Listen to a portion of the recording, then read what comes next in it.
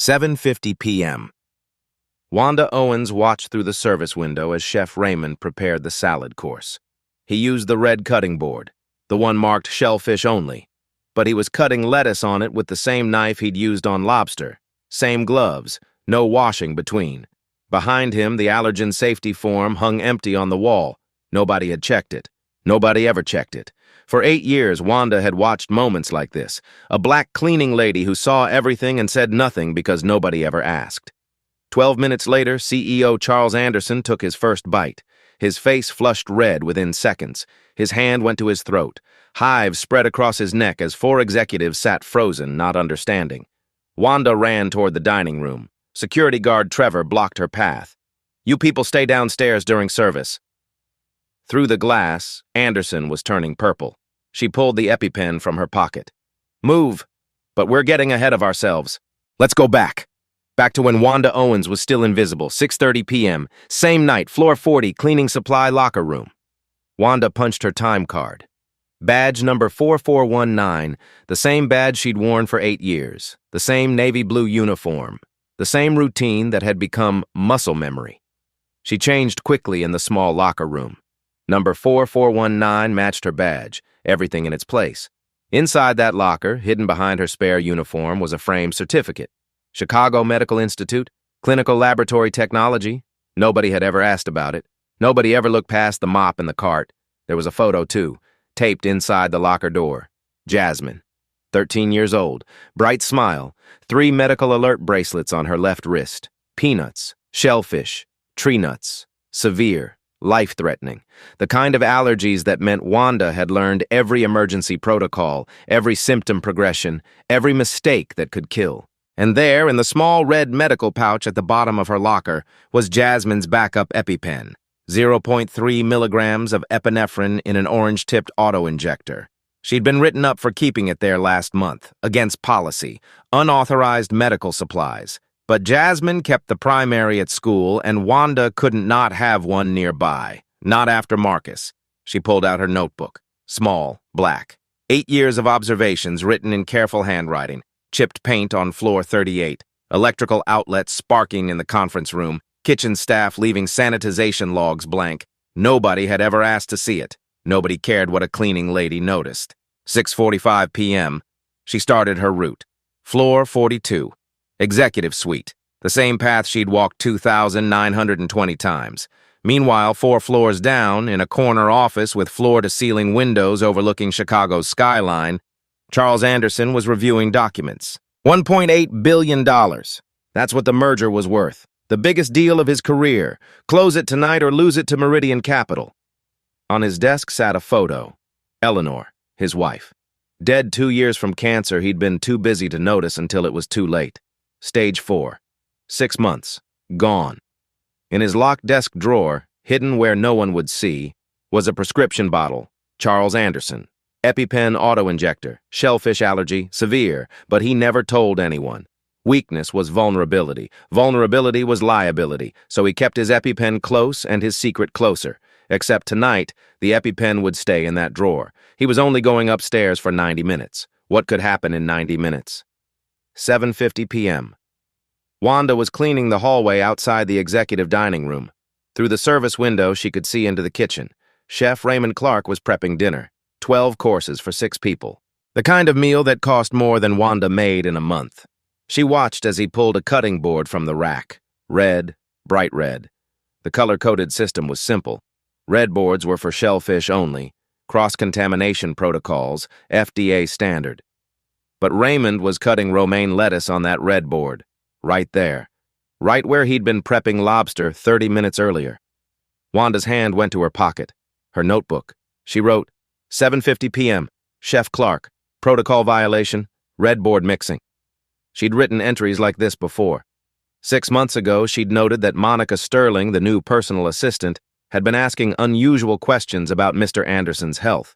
Strange for an assistant to be so curious about medical history. Wanda had written it down. Nobody asked her why she was taking notes. Nobody saw her taking notes. She was furniture, part of the building, invisible. Last time she'd mentioned a safety concern, the supervisor had told her to focus on her job. Just clean. Don't think, don't observe, don't speak. So she'd learned to be quiet, to see everything and say nothing, to write it all down in a notebook nobody would ever read. But tonight, as she watched Raymond use that contaminated knife to slice through vegetables, something cold settled in her stomach. This wasn't just sloppy. This was dangerous. She'd seen this before. She'd lost someone this way. Not again. 8:05 p.m. Wanda stood in the hallway, cleaning cart beside her, watching through the service window. Raymond moved through the kitchen with the confidence of someone who'd been cooking for 15 years. Michelin-trained, executive chef. He dipped a spoon into olive oil, the same oil he'd used for the lobster tails. Then he drizzled it over the Caesar salad. Cross-contamination. Direct. Obvious. At least 10 milligrams of shellfish protein in that dressing. More than enough. Wanda's eyes moved to the wall behind him. There it was, laminated, pristine. The FDA allergen control checklist, required by law. Below it hung a clipboard. The boxes for today's date were empty, completely blank. Nobody had checked a single protocol.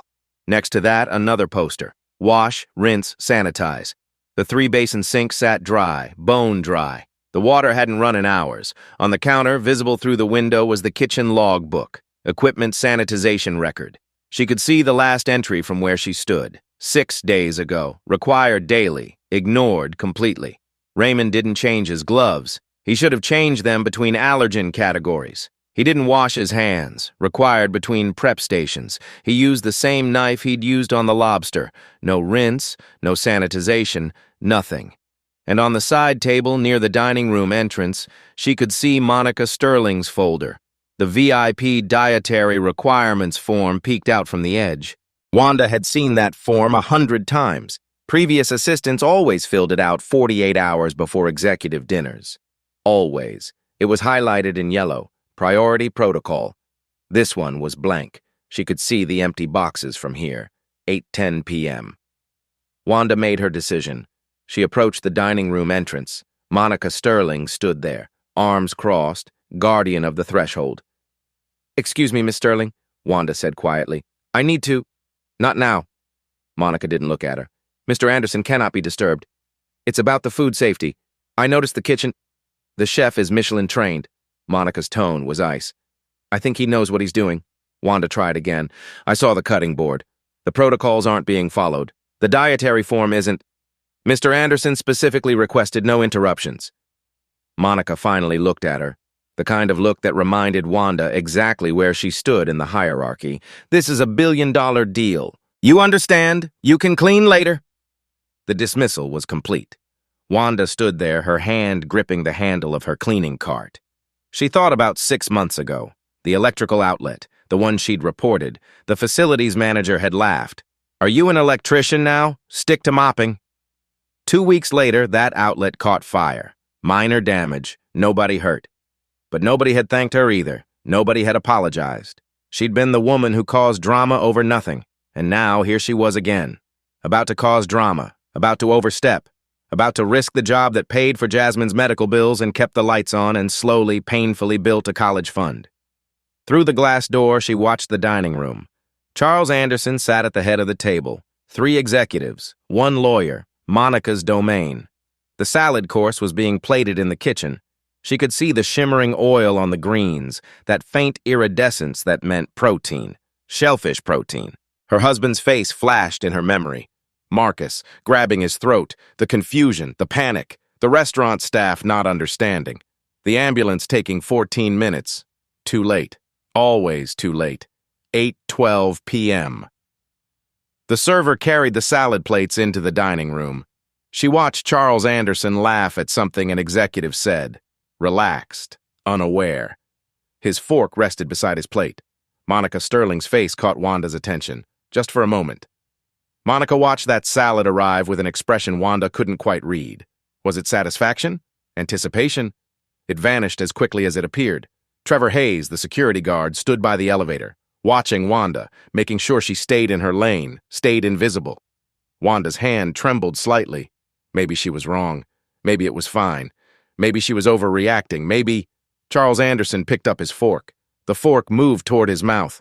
Wanda had seconds to decide. 8:13 p.m. Charles Anderson took his first bite of salad. Wanda moved, not toward her cleaning cart, toward the dining room door. Trevor stepped in front of her immediately. "Ma'am, no cleaning during dinner service." "It's not about cleaning." Wanda's voice was steady.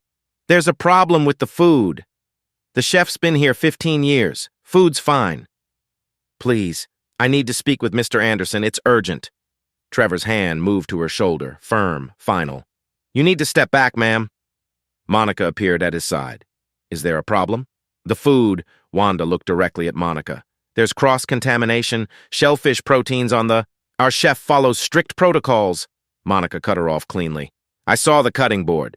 Wanda's words came faster now. "Red board, marked shellfish only.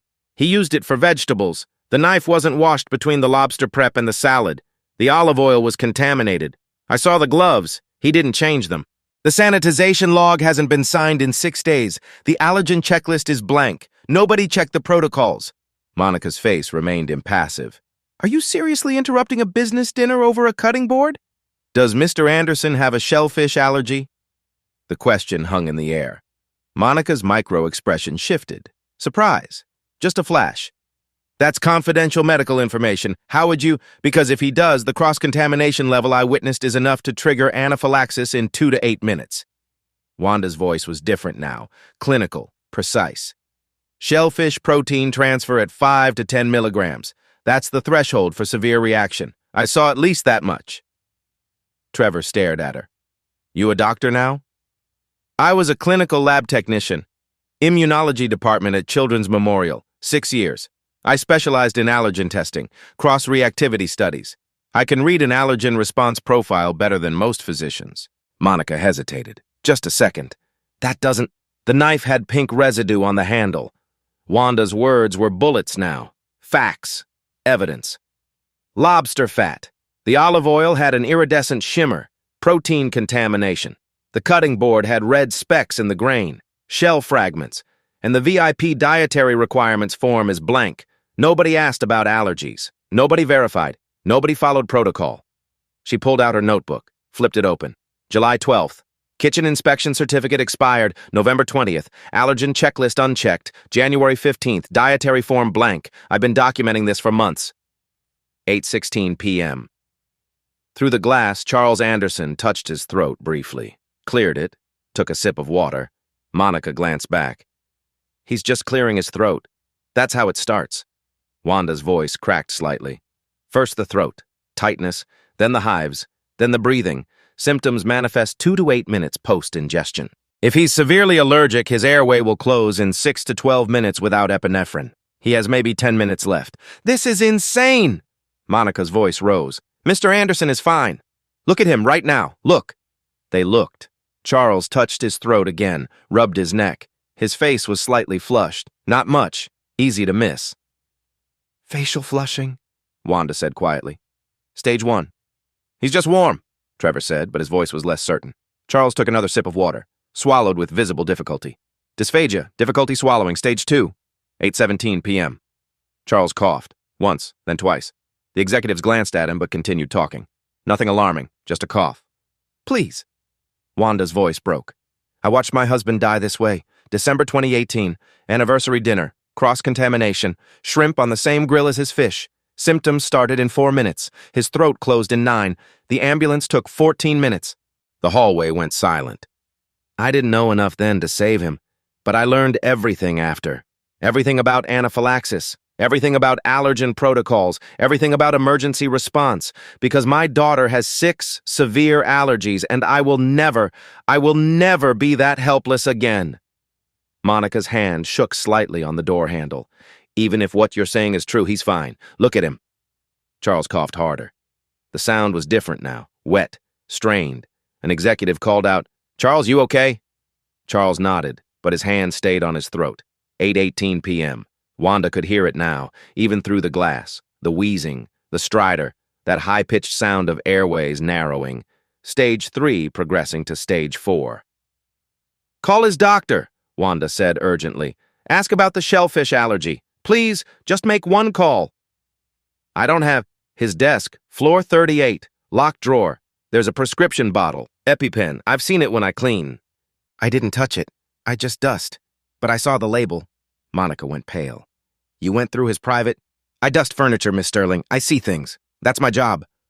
Charles stood abruptly. His chair scraped. He tugged at his collar, his tie. His face was deep red now, hives visible on his neck, breathing audible, labored. One executive stood. Charles? Another reached for a phone. Should we call? Charles tried to speak. Couldn't. His eyes went wide with panic. He coughed again. The room still saw nothing wrong. 8:19 p.m.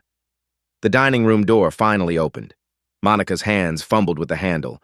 Charles gripped the back of his chair. His breathing was a rasp now, loud enough that everyone stopped talking. Wanda pushed past Monica, past Trevor, into the room. 3 executives backed away from Charles. They didn't know what to do, didn't know what was happening. A lawyer grabbed his phone. 911. What's your emergency? Wanda dropped to her knees beside Charles. He was trying to breathe, failing. The stridor was loud now, that terrible high-pitched wheeze. His face was grayish-blue, cyanosis starting, oxygen deprivation. My name is Wanda Owens. Her voice cut through the chaos, clear, calm, clinical. I worked at Children's Memorial Hospital, clinical laboratory, 2008 to 2014, immunology testing, allergy panels, cross-reactivity studies. One executive stared. Who the hell are you? I'm the person who knows what's happening to him. She looked up at them. This is anaphylactic shock. Stage 4, shellfish cross-contamination in his salad. He has a severe allergy. His airway is closing. He has approximately 3 minutes before complete closure. The lawyer spoke into his phone. Male, 62, allergic reaction, can't breathe. Location is Anderson Tower, floor 42. How long until EMS? Wanda asked. They said 8 minutes. He doesn't have 8 minutes. Monica stood frozen in the doorway. I didn't check the forms. I forgot to send the dietary requirements. I didn't know he had allergies. Not now. Wanda's hands moved over Charles, checking pulse, checking breathing pattern. Where's his EpiPen? I don't know. His briefcase, maybe? Floor 38. Another executive. His office, in his desk. 4 minutes round trip. Too late. I have one. Wanda stood. Floor 40, my locker. 2 minutes. The company lawyer blinked. You can't use someone else's prescription medication. That's illegal in Illinois. If something goes wrong, Charles collapsed back into his chair, clutching his throat. His lips were turning blue. His eyes rolled back. He could barely draw breath. Wanda looked at the lawyer. Do you want to watch him die legally or save him illegally? Silence. I'll go. Trevor moved toward the door. You don't know which locker. Wanda was already running. Follow me. They sprinted down the hallway. Emergency stairwell. Elevator too slow. Wanda took the stairs 2 at a time. 41 years old, and she moved like her daughter's life depended on it. Because once, her husband's life had depended on it, and she hadn't known what to do. Trevor struggled to keep up. Young, athletic. But Wanda had been running these stairs for 8 years. Behind them, in the dining room, Monica Sterling was crying. I forgot the form. I forgot to check. This is my fault. If he dies... An executive put a hand on her shoulder. Stay calm. Help is coming. But Charles couldn't hear them anymore. His breathing was barely perceptible, gasping, his face gray. The wall clock showed 8:21 p.m. 3 minutes.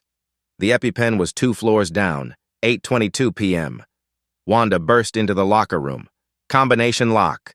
Her hands shook. First try, wrong. Trevor was right behind her. Hurry. Second try. Click.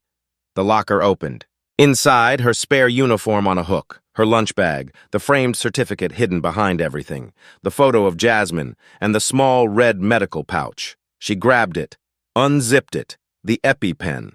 0.3 milligrams epinephrine auto-injector. The label said Jasmine Owens, emergency use only, severe food allergies. Trevor saw the certificate on the inside of the door. Chicago Medical Institute, clinical laboratory technology. He saw the photo, the child with 3 medical alert bracelets. He picked up her notebook from where it had fallen on the stairs, flipped through pages of detailed observations, technical terminology, years of documentation. You're not now. Wanda was already moving. Run! They sprinted back, up the stairs, Trevor on his radio. Got it! Coming now! Wanda's legs burned, her lungs screamed, but she pushed harder. Because Marcus hadn't gotten this chance. Marcus had died while people stood around confused. Not this time, not again. 8:24 p.m. In the dining room, Charles was slumped in his chair, his face grayish-blue, his breathing barely perceptible. Stridor at its loudest, gasping, desperate. "Is he still breathing?" An executive's voice cracked. "Charles, stay with us." The lawyer leaned close. Monica stood at the door, watching the hallway. "Where are they?" The wall clock ticked to 8:24 and 30 seconds. 8:25 p.m. The door slammed open. Wanda rushed in, EpiPen in hand. The executives parted. She dropped to her knees beside Charles. "Someone call out the time." The lawyer looked at his watch. 8:25 and 15 seconds. "Mr. Anderson," Wanda's voice was steady now, professional. "I'm giving you epinephrine. You'll feel a sting." Charles was barely conscious, couldn't respond, his eyes unfocused. Wanda removed the EpiPen from its case, orange tip pointing down. She'd done this drill with Jasmine 100 times. Muscle memory, protocol, precision. She placed the orange tip against Charles's outer thigh, through his pants. No time to remove clothing. She pushed down hard. The click was audible, sharp, final. 1. She held it there. 2, 3. She removed the injector. The needle was visible for a moment. She immediately massaged the injection site, promoting absorption, maximizing effectiveness. 0.3 milligrams epinephrine, intramuscular injection, peak effect in 3 to 5 minutes, 8:25 and 45 seconds. The room fell silent except for Charles's labored breathing. Everyone watched, waiting, hoping. "Turn him on his left side. Elevate his legs." Wanda's commands were clear. The executives obeyed instantly. They were taking orders from a cleaning lady. Nobody questioned it. She monitored his pulse at his neck, checked his breathing pattern, watched his skin color. 15 seconds passed. His breathing was still terrible. "Is it working?" Monica's voice was small. "Give it time. 30 seconds. A slight improvement. The gasping less desperate. The stridor marginally quieter. 45 seconds. Color returning to his face. Grayish shifting to pink. The hives still present but not spreading. 60 seconds. Charles drew a deeper breath. Then another. The stridor diminishing. His eyes focused. He was conscious again. 8:27 p.m. Charles was breathing. Still wheezing. Still struggling. But breathing. "Mr. Anderson, can you hear me?" Wanda stayed close. He nodded weakly. "You had anaphylactic shock, severe allergic reaction, shellfish cross-contamination in your salad. I administered epinephrine. The paramedics are coming. You'll need hospital observation. Sometimes there's a biphasic reaction. Second phase in 4 to 8 hours. They'll monitor you." Charles's hand reached up, touched her arm. A gesture of gratitude. No words. He couldn't speak yet, but his eyes said everything. An executive finally broke the silence. "How did you know what to do?" Wanda looked up at him. "I used to save lives before I cleaned buildings." "Whose EpiPen was that?" The lawyer's voice was cautious. "My daughter's. She has severe allergies, too. Multiple, life-threatening." "You used your child's emergency medication." The lawyer seemed torn between gratitude and legal concern. "She has a backup at school. He had nothing. What would you have done?" Nobody answered. Monica was still crying. "I'm so sorry. I forgot the dietary form. I didn't check. I didn't know you had allergies. I almost killed you. I'm so—" Charles's voice was hoarse, barely a whisper. "Not your fault. I never told you. It's not just her fault." Wanda stood, addressed the room. "It's the system. I watched your chef violate 6 safety protocols tonight." She counted them on her fingers. 1. Used a shellfish-only cutting board for vegetables. 2. Didn't change gloves between allergen categories. 3.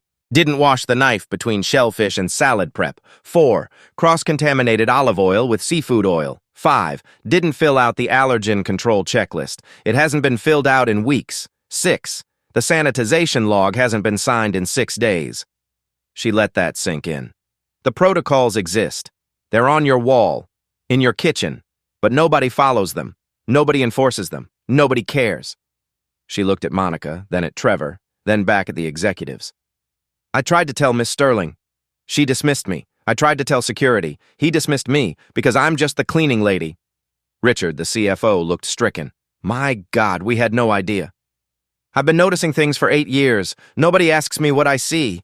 Nobody thinks I have anything valuable to say. Nobody looks at me long enough to wonder if I might know something they don't. The protocols. Richard looked at the others. They're decorative. Nobody actually enforces them. They're not decorative when someone almost dies. Trevor stepped forward. He held up Wanda's notebook. She's been documenting everything. Safety violations, equipment failures, protocol lapses, 8 years of observations. He handed the notebook to Charles. Charles took it with shaking hands, flipped through pages, dates, details, technical observations, everything. 8:28 p.m., the sound of sirens outside growing louder. 8:30 p.m., paramedics entered with equipment. The lead paramedic assessed Charles quickly. Who administered epinephrine? I did. Wanda stood. 0.3 milligrams, intramuscular, about 5 minutes ago. You medical personnel? I was. Clinical lab tech, immunology. The paramedic checked Charles's vitals, listened to his breathing. Good work. You saved his life. Another 2 minutes and... He didn't finish. Didn't need to. They loaded Charles onto a gurney. Oxygen cannula in his nose. IV line started. He reached for Wanda's hand as they wheeled him past. Thank you. His voice was barely audible. You saw what no one did. Wanda squeezed his hand gently. I've been seeing for years, Mr. Anderson. Tonight, someone finally had to listen. As they wheeled him toward the elevator, Charles spoke to Richard.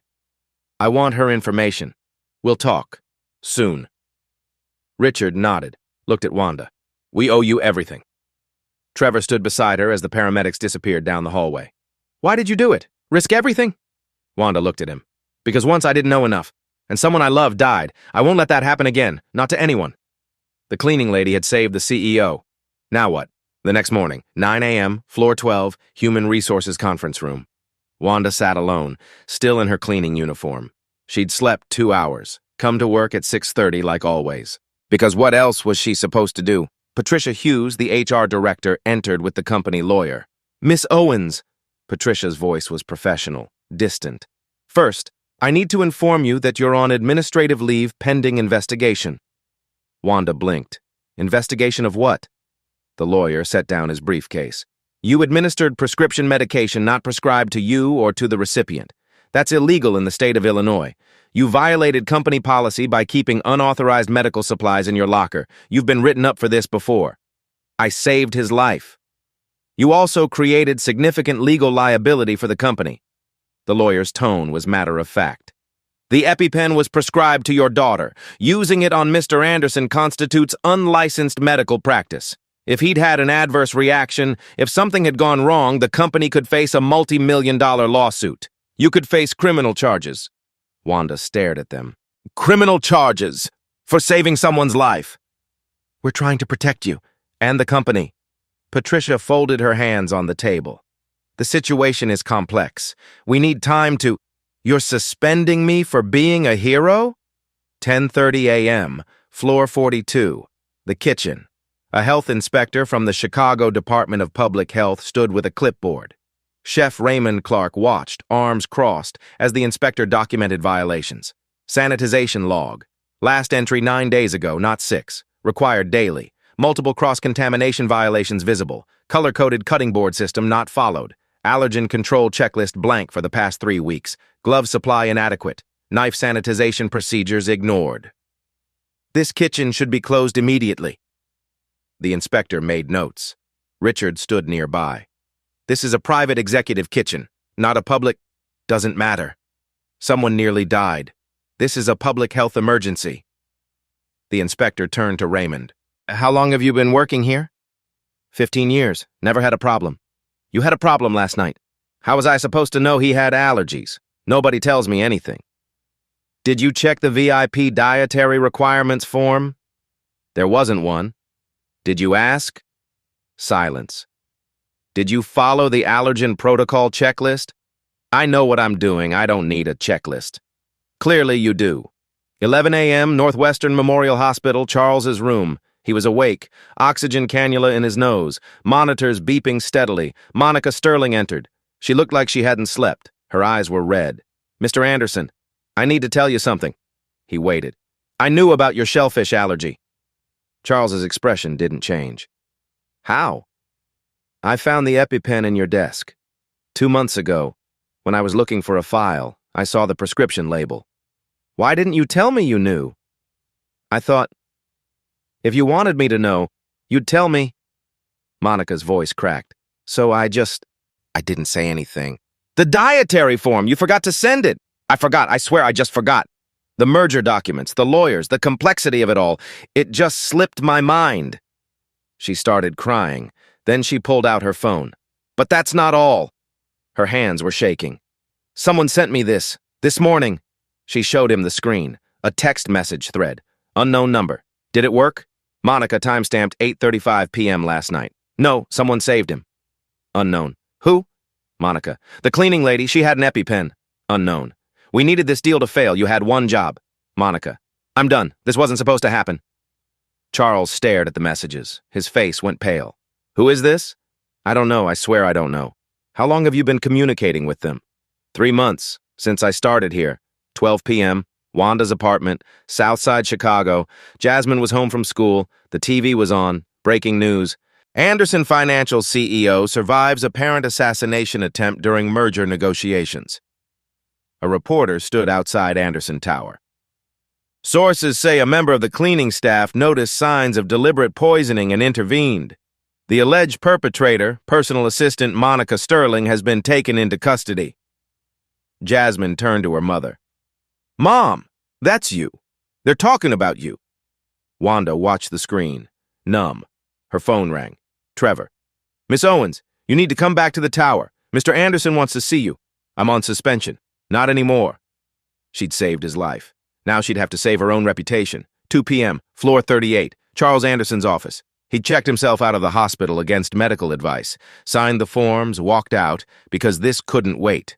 Present in the room, Charles, Wanda, the company lawyer, Patricia from HR, Trevor, 2 Chicago police detectives, an FBI agent from the corporate crime division. Miss Owens, thank you for coming. Charles's voice was still hoarse, but strong enough. Wanda stood near the door, uncertain. I was told I had to. You saved my life. Now I need you to help me understand what you saw. One of the detectives opened a notepad. Miss Owens, you said you'd been documenting violations. For how long? 8 years. The FBI agent leaned forward. May we see your notebook? Wanda pulled it from her bag. Small, black. 8 years of observations. She handed it over. The agent flipped through it. Read entries aloud. March 15th, 2023. Chef Clark used same knife for chicken then fish. No wash between. Sanitization log not signed today. June 3rd, 2024. Monica Sterling, new assistant. Asking questions about Mr. Anderson's health. Unusual interest in medical history. July 12th, 2024. Saw Monica photographing documents on Mr. Anderson's desk. She said inventory for archives. But archives don't photograph active files. September 8th, 2024. Monica meeting someone in parking garage, level B3. Man in dark suit. They spoke for 12 minutes. She handed him an envelope. The agent looked up. You documented a conspiracy. I documented what I saw. I'm a cleaner. I see things. I didn't know what it meant at the time. Within 2 hours, the FBI traced everything. The man in the parking garage, license plate visible on security footage. Gregory Hartman, executive at Meridian Capital, the rival firm competing for the same $1.8 billion acquisition. If Charles died, the merger would collapse. Meridian would acquire the target company instead. Financial motive, $1.8 billion plus market dominance. Monica's recruitment, LinkedIn approach, fake consulting offer, then blackmail, then bribery, $500,000, Bitcoin payments, encrypted messages. Meridian tried to kill me over a deal? Charles's voice was quiet. People have died for less, Mr. Anderson. The FBI agent closed his folder. Corporate murder is more common than you think. 3:30 p.m. Charles addressed everyone in the room. Here's what's going to happen. He looked at Wanda. First, Miss Owens, you're not suspended. You're promoted. Director of Safety and Compliance, Anderson Financial Group. Starting salary $120,000. Full benefits, immediate start. Your job is to audit every procedure, protocol, and safety system in this company. You report directly to me. You have authority to shut down any operation you deem unsafe. Wanda couldn't speak. Your daughter's college tuition, fully covered, 4 years, any school she gets into. I don't know what to say. Say you'll help me fix what's broken, because clearly I've been blind. He turned to Patricia. Patricia, mandatory safety training. Every employee, every level. Cleaning staff, kitchen staff, security, executives, everyone. And respect training. Anyone dismisses a safety concern from any employee gets written up. Third strike, they're gone. I don't care if it's coming from a janitor or a board member. Same process. Patricia nodded, taking notes. He looked at Trevor. Trevor, new protocol. Every safety observation gets logged and investigated properly. You hire consultants. We audit everything, top to bottom. Yes, sir. Charles pulled out his phone. Conference call, Chef Raymond on the line.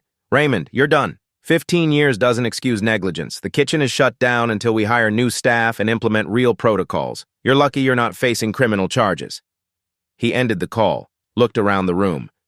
Company-wide reforms, effective immediately. 1. Anonymous safety reporting system.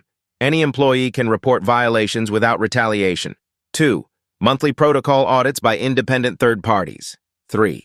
Whistleblower protections. Legally binding. You cannot be fired for raising safety concerns. 4. Diversity hiring initiative. Actively recruit people with non-traditional backgrounds. 5. Credential recognition. We assess employee skills regardless of current position. 6. Living wage baseline. $22 per hour minimum for all employees, including contractors. 7. Educational benefits. Tuition reimbursement for all staff. He looked at Wanda.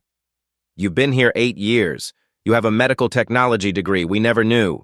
You never asked. I'm asking now. How many other people in this building have skills we're wasting?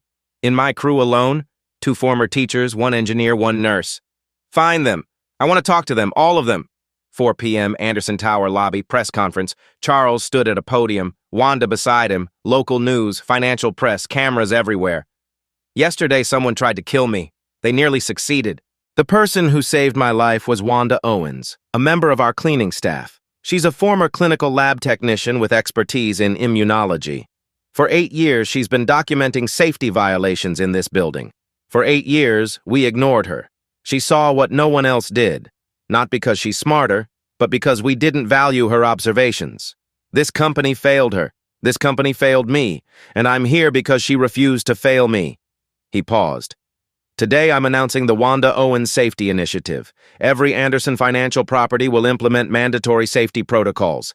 Every employee will have a voice. Every observation will be valued. Because the person who sees the problem isn't always the person in charge. Sometimes it's the person no one's looking at.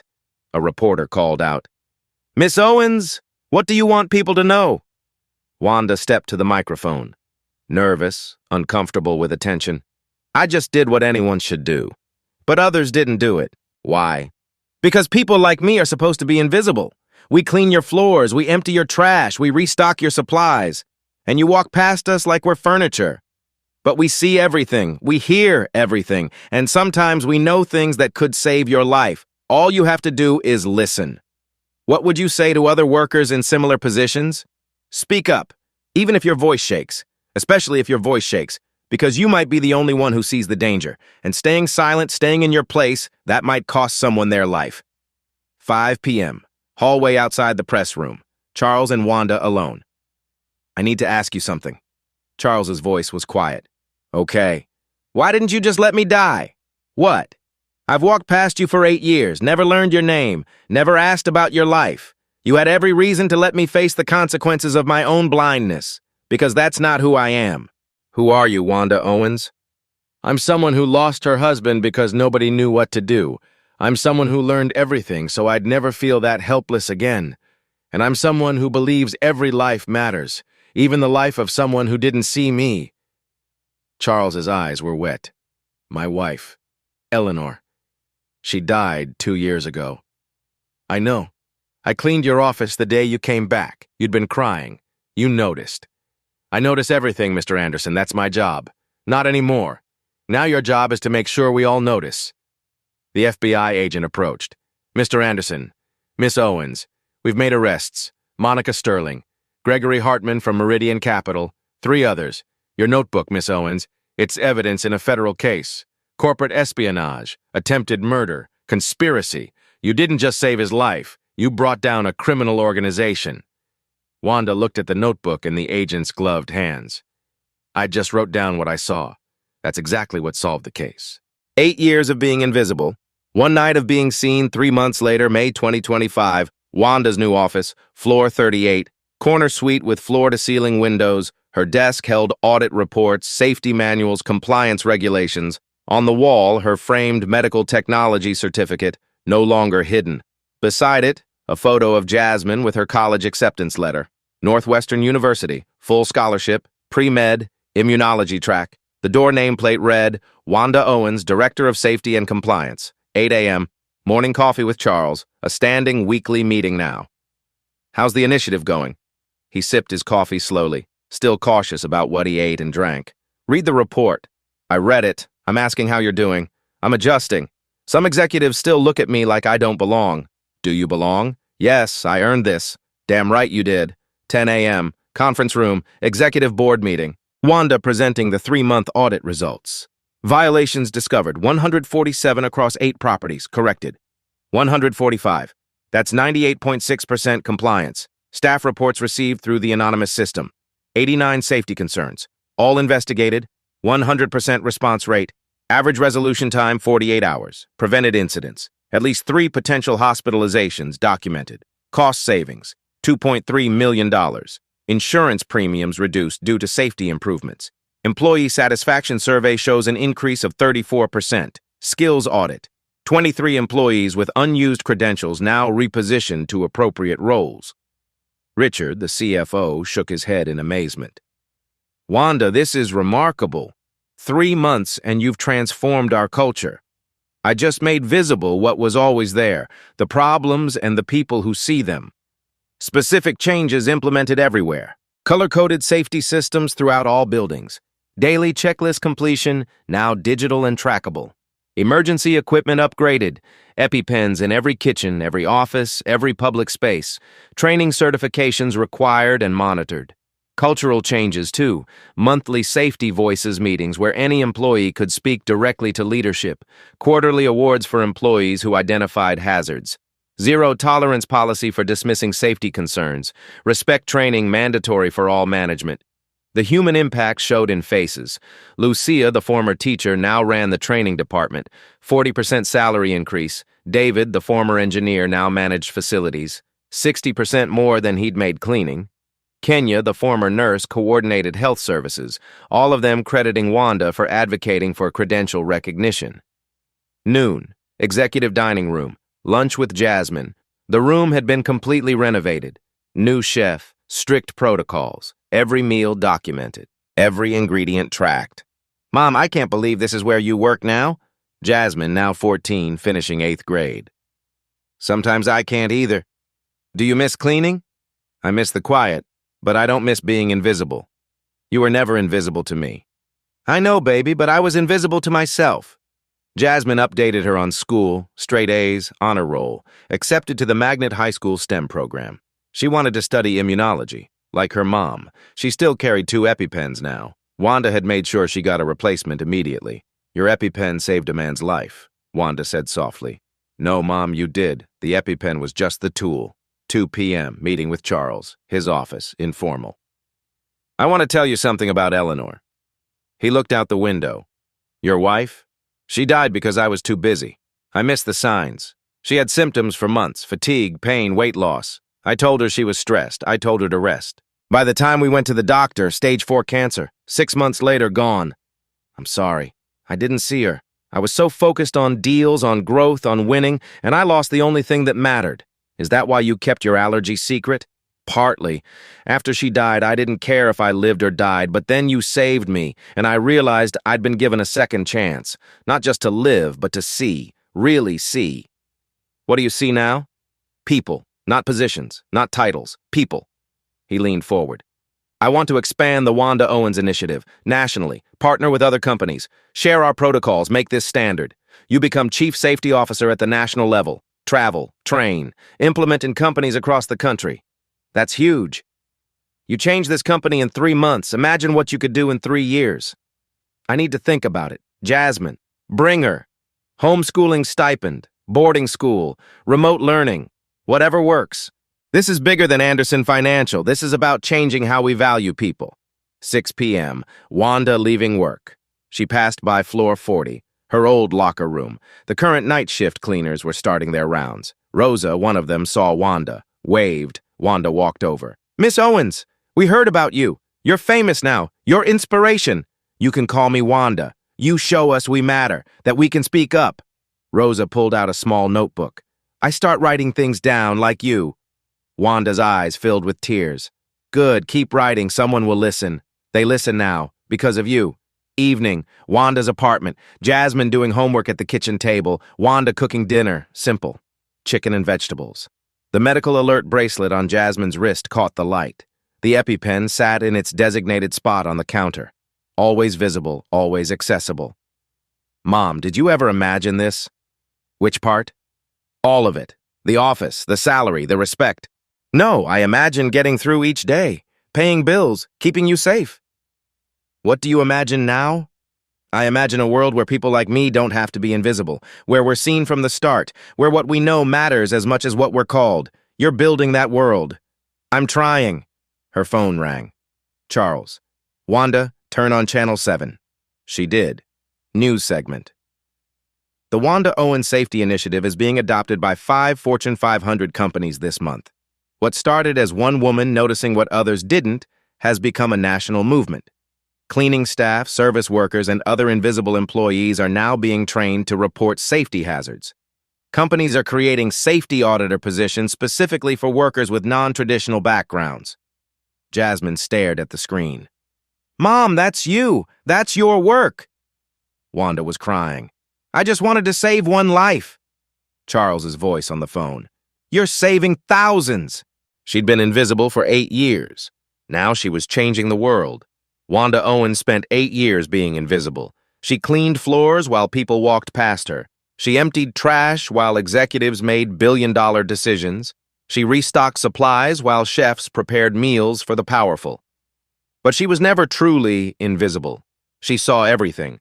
She saw the cutting board that was the wrong color. She saw the checklist that stayed blank. She saw the protocols that existed on paper but not in practice. She saw the knife that wasn't washed. She saw the gloves that weren't changed. She saw the forms that weren't filled out. She saw the danger that no one else noticed. And when the moment came, when Charles Anderson's life hung in the balance, she didn't stay quiet. She didn't stay in her place. She spoke up. She acted. She saved him. Not because she was a hero, but because she refused to be invisible anymore. This story isn't about one woman saving one man.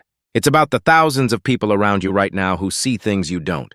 The cleaner who notices the frayed wire, the security guard who spots the safety hazard, the assistant who recognizes the pattern, the people you walk past every day without seeing. They're not invisible. You just have to look. Today, the Wanda Owens Safety Initiative operates in 12 states. 43 companies have adopted her protocols. Hundreds of invisible workers have been promoted to safety positions. Thousands of lives have been protected, all because one woman refused to stay silent, and all because one man finally listened. So here's what I want you to think about.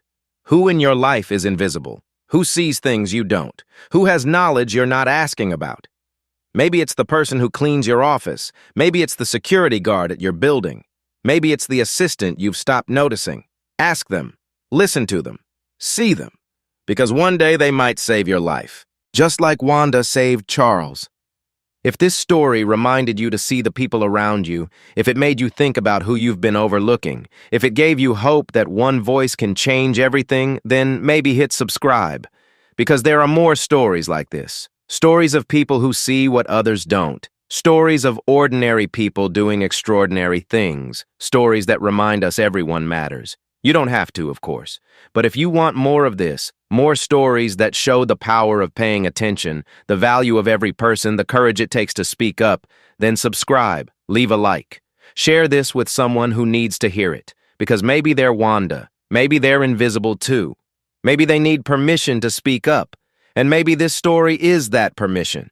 Thank you for listening, and remember, pay attention. You never know whose life you might save, or who might save yours.